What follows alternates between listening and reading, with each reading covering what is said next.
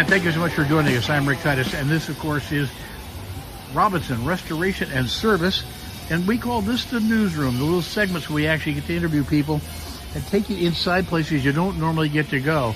Of course, Mike here, probably not appreciating too much that we decided to pick on him today. To that end, Mike, you want to pronounce your last name for me, please? It's Kaltenbach. Kaltenbach, okay. Boy, I wouldn't have gone to the service with that. I did. Oh, Bucko, you were brave. This particular car here, we had done the body on it. We've got all the paint and body done on the body. The customer took it for some of the fitting, engine fitting. So now he has brought it back for us. He wants to go with the full running boards.